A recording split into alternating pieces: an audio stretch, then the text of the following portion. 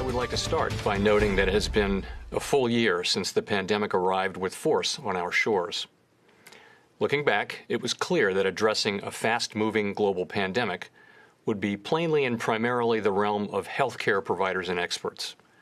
And we are grateful to them and to all the essential workers for their service and sacrifice.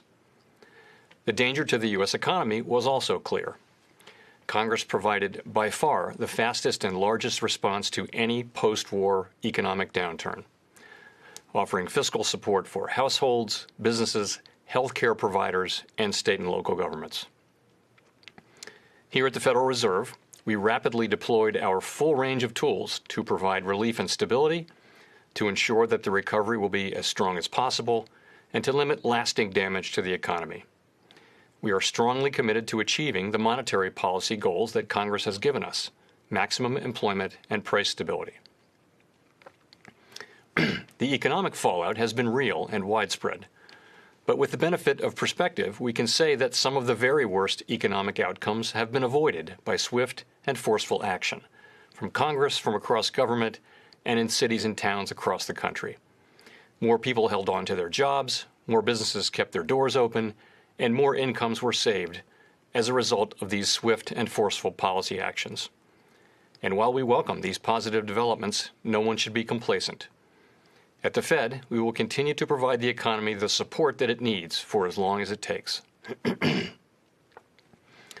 Today, the FOMC kept interest rates near zero and maintained our sizable asset purchases.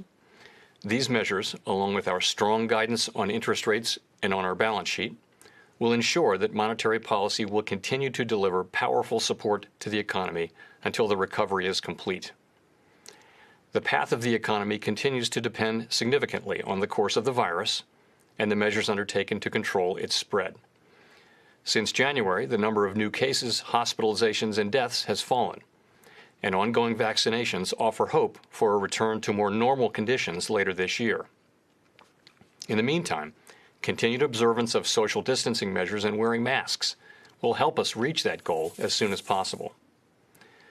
The economic recovery remains uneven and far from complete, and the path ahead remains uncertain. Following the moderation in the pace of the recovery that began toward the end of last year, indicators of economic activity and employment have turned up recently, although the sectors of the economy most adversely affected by the resurgence of the virus and by greater social distancing remain weak. Household spending on goods has risen notably so far this year. In contrast, household spending on services remains low, especially in services that typically require people to gather closely, including travel and hospitality. The housing sector has more than fully recovered from the downturn, while business investment and manufacturing production have also picked up. The overall recovery in economic activity since last spring is due importantly to unprecedented fiscal and monetary policy actions, which have provided essential support to households, businesses, and communities. The recovery has progressed more quickly than generally expected, and forecasts from FOMC participants for economic growth this year have been revised up notably since our December summary of economic projections. In commenting on the stronger outlook, participants noted progress on vaccinations, as well as recent fiscal policy. As with overall economic activity, conditions in the labor market have turned up recently. Employment rose by 379,000 in February, as the leisure and hospitality sector recouped about two-thirds of the jobs that were lost in December and January. Nonetheless, employment in this sector is more than 3 million below its level at the onset of the pandemic. For the economy as a whole, employment is 9.5 million below its pre-pandemic level. The unemployment rate remains elevated at 6.2% in February. This figure understates the shortfall in employment, particularly as participation in the labor market remains notably below pre-pandemic levels. Looking ahead, FOMC participants project the unemployment rate to continue to decline. The median projection is 4.5% at the end of this year and moves down to 3.5% by the end of 2023. The economic downturn has not fallen equally on all Americans, and those least able to shoulder the burden have been the hardest hit. In particular, the high level of joblessness has been especially severe for lower-wage workers in the service sector and for African Americans and Hispanics. The economic dislocation has upended many lives and created great uncertainty about the future. Overall inflation remains below our 2% longer-run objective.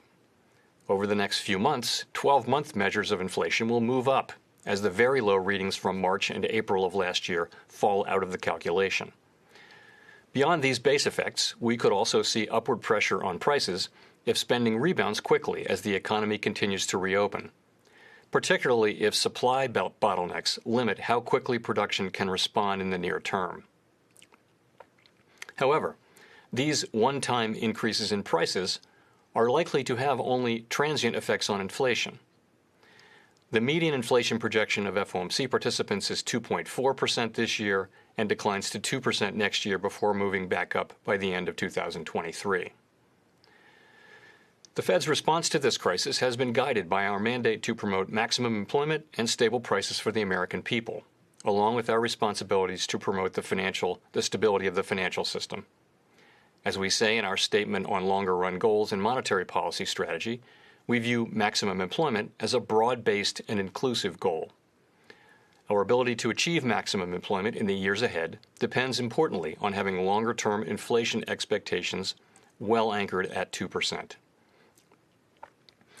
As the committee reiterated in today's policy statement, with inflation running persistently below 2%, we will aim to achieve inflation moderately above 2% for some time, so that inflation averages 2% over time and longer-term inflation expectations remain well anchored at 2%. We expect to maintain an accommodative stance of monetary policy until these employment and inflation outcomes are achieved.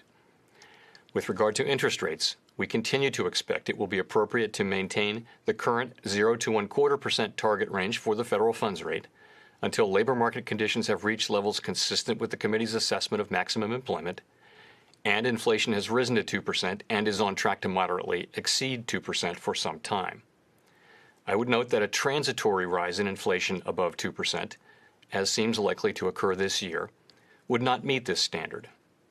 In addition, we will continue to increase our holdings of Treasury securities by at least $80 billion per month and of agency mortgage-backed securities by at least $40 billion per month until substantial further progress has been made toward our maximum employment and price stability goals.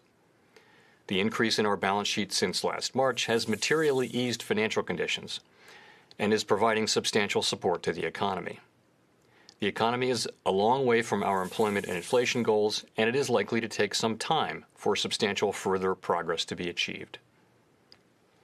Our forward guidance for the federal funds rate, along with our balance sheet guidance, will ensure that the stance of monetary policy remains highly accommodative as the recovery progresses.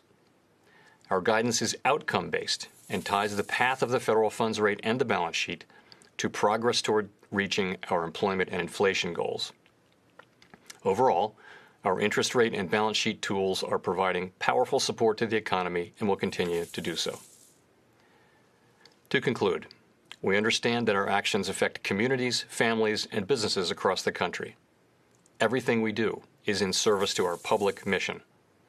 We are committed to using our full range of tools to support the economy and to help assure that the recovery from this difficult period will be as robust as possible. Thank you. I look forward to your questions. Shepard Smith here. Thanks for watching CNBC on YouTube.